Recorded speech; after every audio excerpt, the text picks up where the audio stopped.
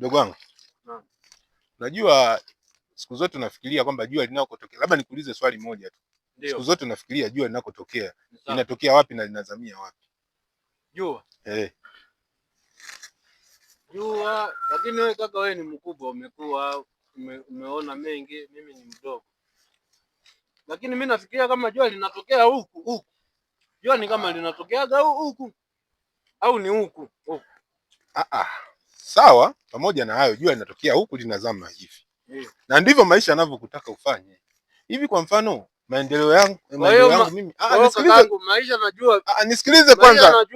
Sikiliza kwanza. Jua na maisha yangu mimi vinahusiana nini na mimi ndio naelewa. Ndio maana nakwambia kwamba wewe angalia mimi maisha yangu. Ile shamba pale kwa mzee Mwakatage pale.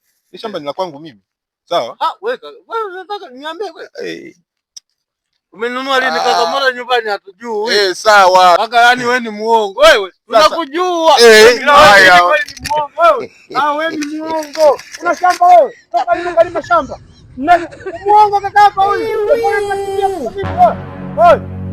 Mbona unakimbia? Unapiga story vizuri ila wewe umezidisha uongo. Chibi. Haya.